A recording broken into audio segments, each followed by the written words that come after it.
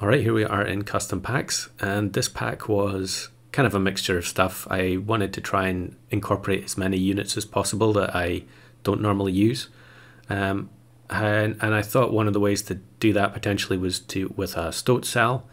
So the idea was to get a level 2 or 3 Stoat and then sell it a bit further down the line and hopefully get one of the units that I haven't used before. There's quite a few that I don't think I've ever had in a video. And one of the things I also wanted to do was have a Chipmunk cell. So we're going for the Stoat cell and the Chipmunk cell. And here I get the two Chipmunks to 1.5 so I can potentially get the triple level next turn. And we find the Chipmunk and a pill. So that means that it's going to be a rare situation where I'm actually going to use Blobfish on a tier 1 unit, which normally I would never do. And here I think we're actually going to win. Yep. And I think level the Chipmunk or the Stoat first. We get Turtle. We get Squirrel. And we're going to get another Squirrel for the 3 out of 3 pack 1 pets. So I was kind of disappointed there because I was really hoping for something a bit different. We've now got a Baboon that buffs nothing because, you know, it only buffs the current tier, so it would have to be a tier 3 unit.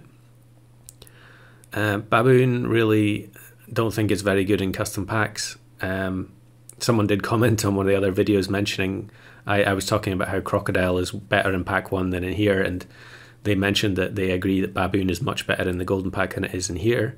And I agree. You can see the pack on screen there, a bit of a mixture, but there were a few things that I was looking for, and Slug is not one of them in this for this team. And I'm thinking here about putting the eggplant onto the Chipmunk, but then I'm going to pill the turtle next turn anyway, so kind of a waste if I put it on the Chipmunk. So I give it to the Squirrel. Yeah. So one of the things I was hoping for is the beluga whale, and actually quickly pause here to say yet another. I mean, I could probably make a 20-minute long video of rounds where I just instantly lose to level 3 seahorse. It's so busted. It just drives me crazy. Anyway, I give the Stoat the fortune cookie just because it's cheap, and I mean, the Stoat's getting sold anyway, but we might as well try and preserve another life. And here I was thinking I could immediately sell the crow, and then next turn the chocolate will only be 1 gold, but I think I'll hang on. Of course, we go against the ultimate default team of Clownfish, Tamarin, Bison, all with massive stats, just nothing you can do about it. So now we're on lethal, 2 trophies, turn 8. Not looking good, and I'm going to take the chocolate, but I'm not going to level. And I guess I'm saving the Stoat for next turn. But this team is absolutely atrocious for turn 8. Another seahorse, however, this time there's no turtle for it to mess up. We get the crit that was necessary to survive there, I think. I don't know if it would have been a draw otherwise, but now it's time to sell the Stoat and we get Seal. So I've had Turtle, Squirrel, Squirrel, Seal, and the game's just desperate for me to play with these pack 1 units. However, it did occur to me that I could do something a little bit unusual here, which is, well, we're going to feed the Seal the food from the Squirrels first. You know, I don't think at this point no one is a stranger to Seal Squirrel gameplay. You know, it's been a staple for a very long time, and I think here I just take the Manatee because it's a potential level up next turn. But still, turn 9, this team is very, very poor. However, we get matched with this like pretty generic team with no abilities, and the actually they had deer, I think, was it? But in any case, we scraped the win due to the melon. And now I get a really weak shop of double blueberry, double pineapple. And at this point I'm thinking what I'm going to do is actually bring in these fire ants. And I want to sell the chipmunk and feed the seal all the melons, which seems like a horrendous waste. However, and although some of the buffs here are going to waste on the chipmunk, actually only one of them did, I think.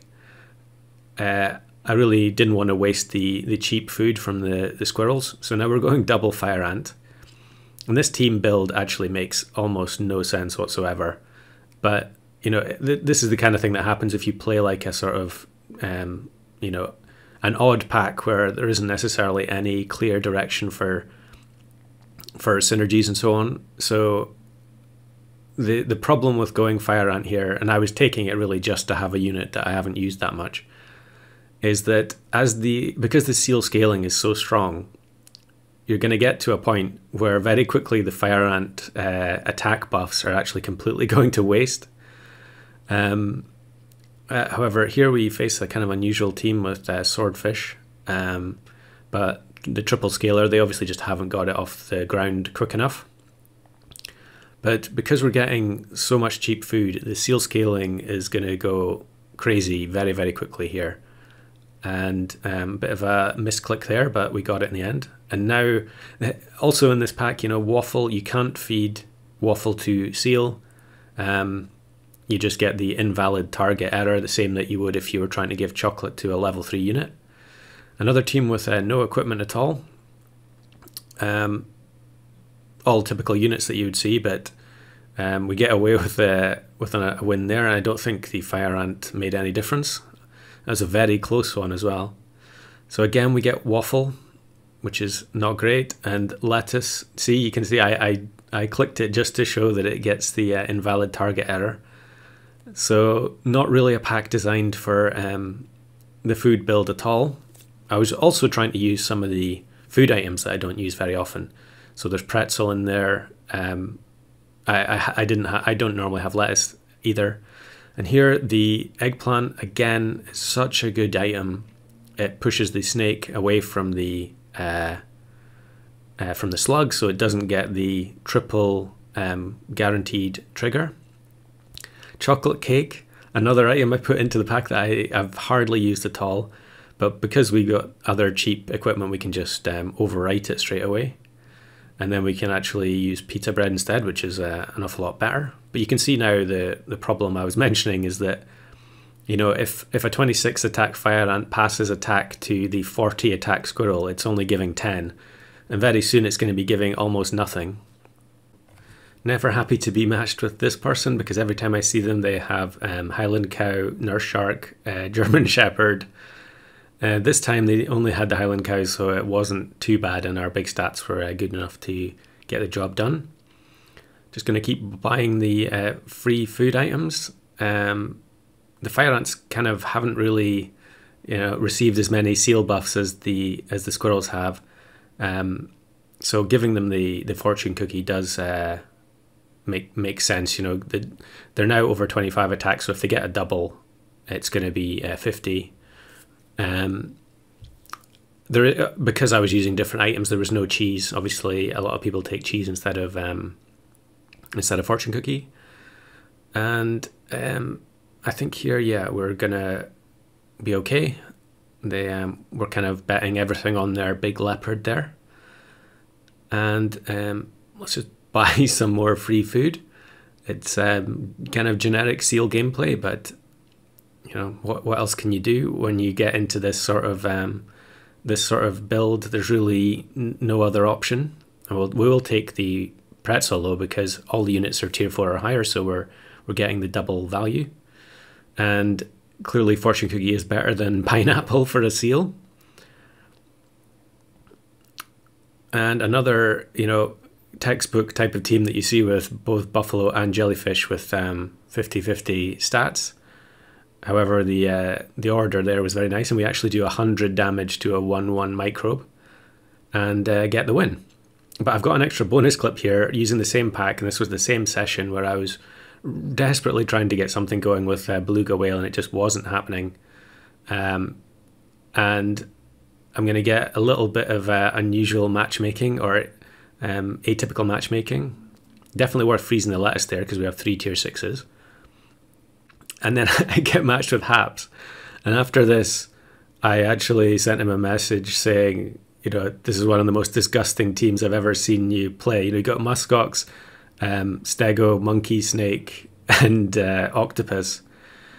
And it turned out that the reason for that was that he was doing the Stoat Lootbox challenge. So that was actually his team from the recent video where he did the challenge.